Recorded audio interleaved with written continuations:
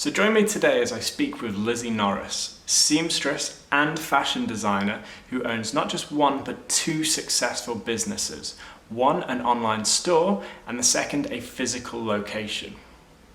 I talk with her and ask her about her life as a student, how she got to be in the position that she's in today, and what advice she would give to others who are interested in following in her footsteps in the field. Lizzie, thank you very much for joining us. Can you tell us a little bit about what it is that you do for a living? So I'm a full-time seamstress. I've got my own little shop or studio, whatever you want to call it. And I mainly do wedding dress alterations and kind of making some wedding dresses from scratch and like making bespoke outfits for people. But it really depends on what comes through the door. What was art like for you in school? Was it a subject that you enjoyed? I really loved art. I really enjoyed it. And I obviously had a passion for textiles as well. And I always wanted to go into something to do with bridal. So whatever I did at school kind of focused around that.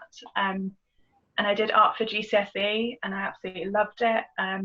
Unfortunately, I wasn't able to do it for A level, which meant that I had to do a lot in my spare time to keep my standards up to scratch, to make sure that I had a high enough level to get into university. Did you find when you were a student and you were in school and in university, did you tend to have enough time to have those skills develop in school, or was it something that took up a lot of your time outside of school as well? So I learned a basis for it at school and university, but I found that all my spare time I would be sewing away, doing new projects, especially because it's a passion for me. I was more than happy to do that. So whilst people were doing other things, playing computer games, playing sports, I was just in a room with all my stuff around me, all my fabrics, just trying to create new things. I think those kind of basic skills are the foundation of my business. Without knowing how to do those basic things, I would really struggle when I looked at a dress and went, okay, what needs to be altered here? Or someone said this bit doesn't fit quite right. So knowing the basic skills about fit and technique is so important. School and university will only take you so far. If that's something you want to continue doing after you finish all your degrees and tests and everything, you really need to practice, because you've got to think school is a basic level and you need to go, okay, what do I want to learn outside this that gives me that edge in industry that's going to mean that I can do so much more than everyone else.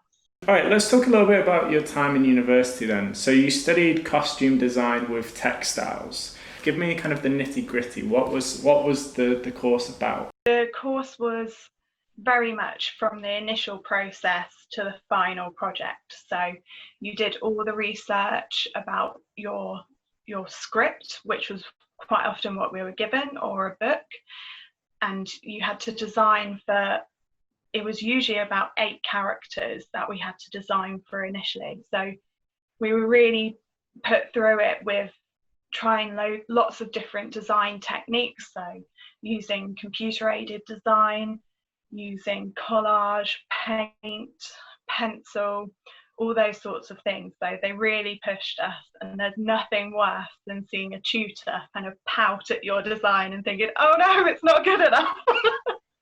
Textiles and costume design and fashion students are very famous or infamous for their ability to, when you have like the group critiques and you have to stand and you have to talk about what was that process like? I mean, is that something that you remember very fondly from university, talking about your work? No, it was terrifying. Going in into those design sessions where you had to present your designs in front of everyone and explain why you've designed something in a specific way. It was the most terrifying thing, because quite often the rest of the group had the same script. So you had to make sure that you had done something different, but also maintained the essence of the character.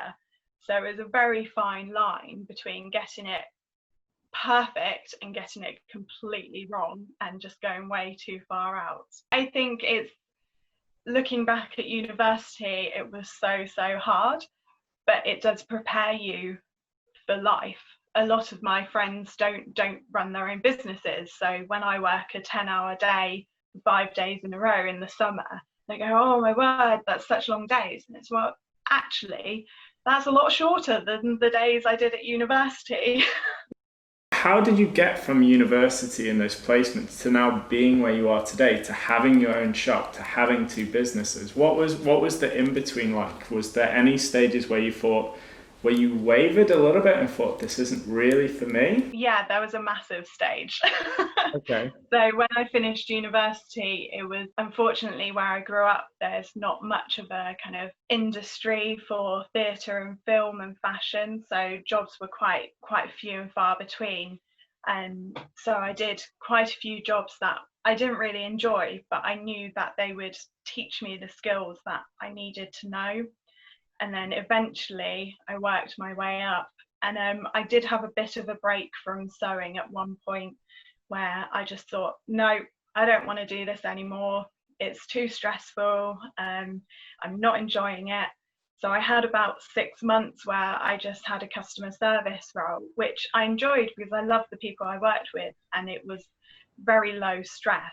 But then I just thought to myself, you know what, I miss sewing. So taking that break meant that my passion grew again. And then I just took the leap into owning my own business and took that jump into renting a property so that I could have a place for customers to come and be recognised as an established business. And it's just grown from there. So it was very terrifying and it was a lot of hard work and a lot of work in places that, like you said, I worked for the NHS. I worked in a dark and dingy basement room, altering trousers and just taking up 50 pairs of trousers a day, which I'm sure anyone would know is not enjoyable. But doing that repetitive work makes me really good at taking up trousers now.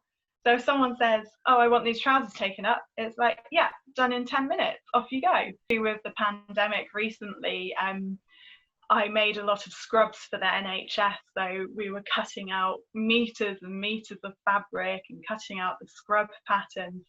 And whilst I was just stitching them up, I was thinking, oh, this throws me back to working in that basement and just working on scrubs all day long. So that was something that I really wanted to ask you about, actually. So that recent kind of charity drive effort to kind of raise the money to design the scrubs, and then obviously the face masks that came afterwards as part of your business. So at what stage did you think, well, this is something I've done in the past, this is something I can do again? How did you take that step into kind of having a fundraiser and actually doing it? So it basically happened because my work dried up and I didn't have enough to do, and I was just kind of sat at home and thinking, well, really I could be being productive doing something. So I actually sent a couple of messages and put the word out to see if anyone was already set up and doing it. So I found this amazing lady locally who was already doing it. She already had a team of about 15 hobbyist seamstresses working for her. So I said, can I help? Can I help with the patterns? So I tweaked the patterns for her and I set up a little hub in the studio where I had a friend's daughter who'd just finished school with nothing to do, just cutting out the patterns. So it felt like the right thing to do because I knew I could do it and I knew I had the space and the time and I didn't want to sit around and just do nothing. But it was really great because it's been great in other ways that I've met local people who are into sewing. I've been able to help people improve their sewing. My business gained a bit more visibility, which is an unexpected bonus. So it was a bit of a no-brainer for me to just go ahead and do it because I had the skills and all the machinery and everything ready. And then we were making a couple of face masks to give to elderly people in the community as well. And then my friend just said, oh, can I have a face mask? I want unicorns on it. So I said, sure, why not? So I rifled through all my hordes of fabric, because I'm a massive hoarder, and just started making face masks. And I thought, well, actually, I'll sell them for a reasonable price. So I'm not making a huge amount of profit, but I am making some money for my business. And it just went wild. So has that brought a lot of business in for you, like designing the face masks? Yeah, so it got to the point where I had to close my order book because I got over 100 orders within 24 hours. Wow. And I thought, oh my word, how am I ever going to keep up with this? So yeah, it's been great because people in the community haven't had access to face masks very easily. So they said, oh, it's great that I can just pop down, or you're posting them out. So it's, although it was a move for my business, it's nice to know that I'm actually helping people in the community, providing a service that's affordable and something that they're going to enjoy wearing. What were the first few like days and weeks and then months like when you actually had the studio and it was open? How did that feel like? What was it like? It was terrifying. Absolutely terrifying, because although you can be busy in a small area, once you then expand and you have rent and bills to pay for, it seems very, very daunting. But fortunately, I had built up a little bit of a name in the area, so people already knew who I was and knew of me. So the first couple of months, the studio seemed very empty. There wasn't much in it. There weren't many garments in it to alter and everything. And steadily, I just built up the business. So at first, I took on a lot of altering trousers and like nasty jobs that I don't like doing as much. But then after a couple of months, I could say, well, actually, no, I'm not taking on those at the moment because I'm focusing on bridal. Just so it was trousers on the door with a big red circle and a cross. Yeah. Yeah, so it was just building it up slowly. It was very scary, and it still is scary now because you never really know what's around the corner. Like with the pandemic, I was expecting the busiest bridal season yet, but actually it's been really quiet, and I've only been doing a couple of dresses, and it's been minor alterations or design changes and things like that, rather than actually fitting a dress to a bride who's going to wear it. So it's about trying to make sure that you go with where the business is and what's happening in the world at the time. Yeah, so like you transitioning into the face masks, for example, for that period of time. One of the most important questions to ask is the idea of passing advice on to anyone who might be, say, as you were when you were in school and you had that time and you thought, like, I know what I want to do, I want to do this. So for someone who maybe feels that way and feels that passion, but maybe lacks the direction that you had, is there any advice that you would give to them? It's trying to learn and find out what skills you need and you need to learn. So most people who are now working in bridal and wedding dresses, they would have taken a fashion degree. But I looked at loads of fashion degrees and they were either all designing or all making. So actually, I decided on the costume degree because it taught me everything I wanted to learn, because I knew I wasn't very good at designing, but I didn't want to do a full course of that. So I went, yes, it's got this, it's got this, it's got this, it's got everything I know I need to know to do the career I want to do. But if you're not entirely sure what you want to do, I would suggest going for a course that does teach a lot of aspects, so that you've got great opportunities when you leave. Because if you've got the basics of those aspects, you can go home and you can practice and practice and practice until you feel like you've got a really good grasp on them.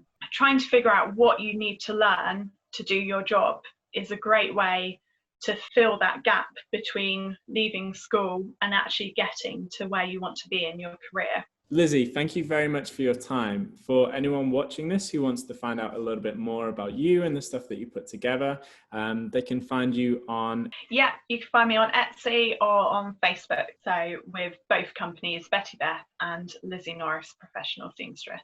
Fantastic. Well, best of luck to you and thank you very much for your time. Thank you. Oh, my pleasure.